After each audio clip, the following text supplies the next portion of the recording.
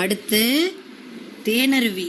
அடேங்கப்பா, நூலகத்தில் இவ்வளவு வகை நூல்களா? அது சரி மாமா, நூலகத்தினால் நமக்கு என்ன பயன்?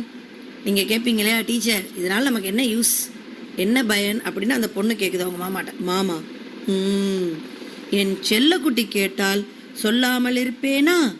இங்கு வந்து நமக்கு தேவையான அல்லது பிடித்த நூல்களை எடுத்து படிக்கலாம்.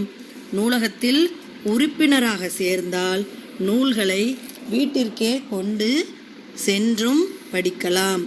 ஆனால் குறிப்பிட்ட நாளில் மீண்டும் புத்தகங்களை திருப்பி அளித்துவிட வேண்டும். என்ன சொல்கிறாரு? அதாவது நூலகத்தில் என்ன ப்ரொசீஜர் நூலகத்தில் அப்படிங்கிறத சொல்கிறாரு. முதல்ல நமக்கு வேணுங்கிற புத்தகம் இல்லை, இவ்வளோ புத்தகம் நம்ம வீட்டில் வாங்கி வைக்க முடியுமா? அவ்வளவு பைசா செலவாகும். அதுக்கு பதிலாக நம்ம நூலகத்தில் நம்ம ஒரு மெம்பராக, நம்ம உறுப்பினராக சேர்ந்தோம்னா நமக்கு வேணுங்கிற புத்தகத்தெல்லாம் படிச்சுக்கலாம். உறுப்பினராக சேர்றதுக்கு ரொம்ப காசு கம்மி தான். அதை சேர்ந்துட்டு நம்ம அப்போ எனக்கு இந்த புத்தகம் வேணும்னா நமக்கு மெம்பர்ஷிப் கார்டு கொடுத்துருவாங்க, உறுப்பினர் அட்டை கொடுப்பாங்க. அதில் நீங்கள் வேணுங்கிற புத்தகத்தை எடுத்துகிட்டு போய் அவங்க நமக்கு குறிப்பிட்ட நாள் டைம் கொடுப்பாங்க, ஒரு வாரத்தில் திருப்பி தரணும்னு. அது மாதிரி நீங்கள் எடுத்துகிட்டு போய் படிச்சுட்டு திருப்பி வேறு வேறு புத்தகங்களை மாற்றி எடுத்துக்கிட்டே இருந்தோம்னா நிறைய புத்தகங்கள் இது மாதிரி கிடைக்கும். இதனால் நமக்கு என்ன கிடைக்குது? நம்ம அறிவு வளர்கிறது, நம்முடைய நேரம் பயனுள்ள முறையில் அமைகிறது. அப்படின்னானது உங்களுடைய நாலேஜ் டெவலப் ஆகும், டைமை வேஸ்ட் பண்ணாமல் நல்ல விதமாக செலவழிப்பீங்க.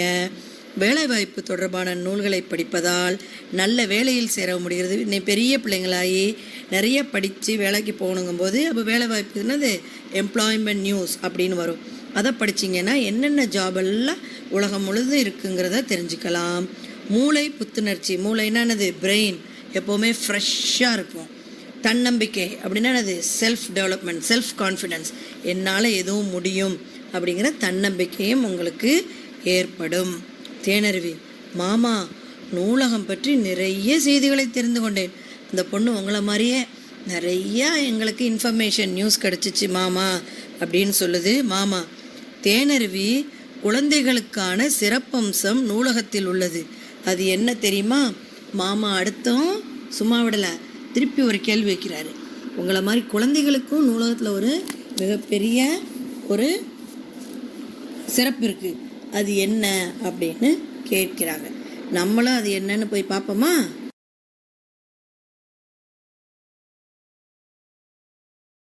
என்ன சிறப்பம்சம்?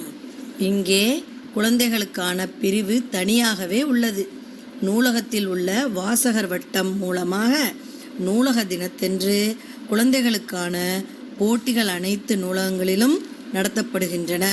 போட்டிகளில் கலந்து கொள்வோருக்காகவும் போட்டி தேர்வினை எழுதுவோருக்காகவும் தனியே பயிற்சிகள் வழங்கப்படுகின்றன.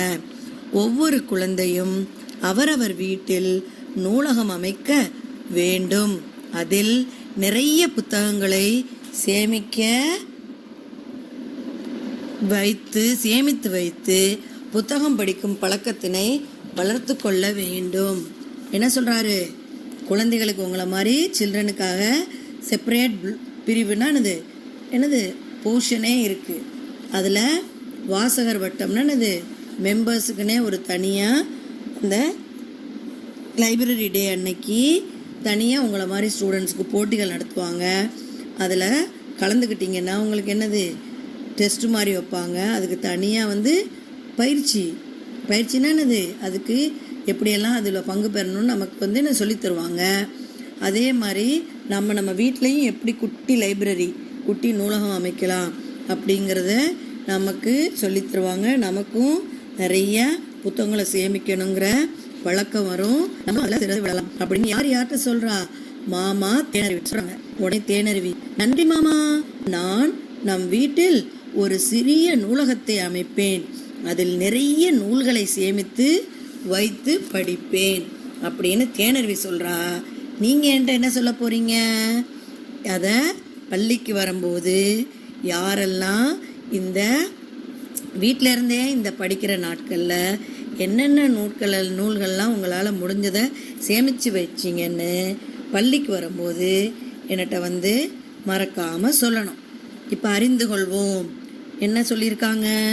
படிப்பு தான் ஒருவன் உயர வழி அப்படின்னு யார் சொல்லியிருக்காரு? கர்ம வீரர் காமராஜர். அவர்தான் தமிழகத்தின் முன்னாள் முதலமைச்சர், சீஃப் மினிஸ்டராக இருந்தார். ஒரு மனிதனுக்கு வாழ்க்கையில் உயர்றதுக்கு எதுதான் மிகவும் அவசியம்? படிப்பு தான் சொல்கிறார். புத்தகங்கள் படிப்பதையே வழக்கமாக்குங்கள். யார்? நம்மளுடைய முன்னாள் ஜனாதிபதி ஐயா ஏபிஜே அப்துல் கலாம் சொல்லியிருக்காங்க. வாழ்க்கையில் எப்போவுமே என்ன தான் செய்யணும்? புக்ஸை தான் நிறைய படிக்கிறதையே உங்களுடைய லைஃப் டைம் ஆக்டிவிட்டியாக வச்சுக்கணும் அப்படின்னு சொல்கிறாங்க. அதே மாதிரி கீழே வாங்க பேசலாம்ல என்ன சொல்லியிருக்கு? நீங்கள் உங்கள் ஊரில் இது மாதிரி நூலகத்தில் போயிருக்கீங்களா? இல்லை ஸ்கூலில் ஏதாவது புக் எடுத்து படிச்சிருக்கீங்களா? அதில் உங்களுடைய எக்ஸ்பீரியன்ஸ், உங்களுடைய அனுபவம் என்ன அப்படிங்கிறத யோசித்து வச்சு பள்ளிக்கு வரும்போது நான் கேட்பேன். என்னிடம் நீங்கள் மறக்காமல் சொல்லணும். அது மட்டும் இல்லை, அதற்கு பின்னாடி உள்ள 48ஆம் பக்கத்தில் படிப்போம், சிந்திப்போம், எழுதுவோம்னு நிறைய, அதாவது என்னது, நிறைய 4 வார்த்தைகள் கொடுத்துருக்கு. சரியானதை கண்டுபிடிச்சு விடைய தேர்வு செஞ்சு எழுதணும் நீங்கள் புத்தகத்தில். அது அப்படியும் உங்களுடைய தமிழ் நோட்டிலையும் நீங்கள் எழுதணும். வினாக்கள் நிறைய கொஸ்டினுக்கு கேட்டிருக்கு, கொஸ்டின் ஆன்சர்ஸு. அது எல்லாத்திற்கும் விடையளிங்க. அதே மாதிரி சொற்களை உருவாக்குவோமா, இதே மாதிரி நீங்கள் உங்களுடைய 4th ஸ்டாண்டர்டில் படிச்சிருக்கீங்க. அதே மாதிரி வரி குதிரையை வரி, குதிரை, குதி, திரை, வரை. அதே மாதிரி திருநெல்வேலி எப்படி பண்ணுவீங்க, பனிப்புயல், தமிழ், இதெல்லாம் எப்படி செய்யணும் அப்படிங்கிறத நீங்கள் செய்யணும். அடுத்தது எழுத்துக்கள் எல்லாம் எப்படி இருக்குது? 50வது பக்கத்தில் மாறி மாறி இருக்குது. அதை நீங்கள் என்ன செய்யணும்?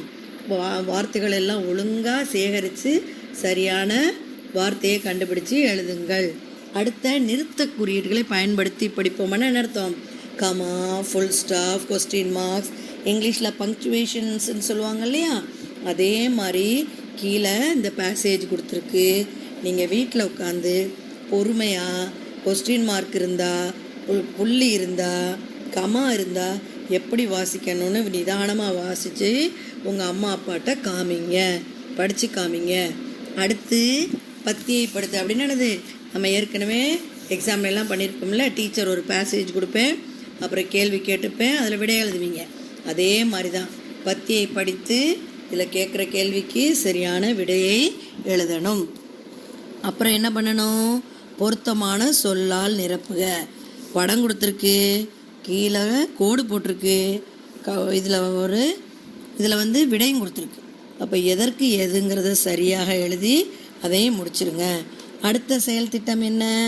உங்கள் ஊரில் நீங்கள் நூலகத்திற்கு போயிருந்தீங்கன்னா அந்த நூலகத்தை பற்றி நீங்கள் தனியாக எழுத வேண்டாம்.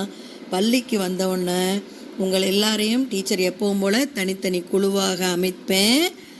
நீங்கள் உங்களுடைய ரெட்டு, ப்ளூ, க்ரீன், எல்லோ உங்கள் ஹவுஸுக்கு ஏற்ற மாதிரி நீங்களும் சிறுவர் இதழ் அப்படின்னா அது சைல்ட்ஸ் புக், சில்ட்ரன் புக், அதை நீங்கள் உருவாக்கி டீச்சர் அதற்கு வேண்டிய நாட்கள் தருவேன்.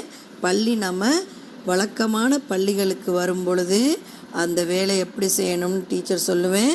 நீங்களும் குழுவாக இருந்து செய்து எனக்கு செஞ்சு காமிக்கணும். அதுதான் இந்த செயல் திட்டம்.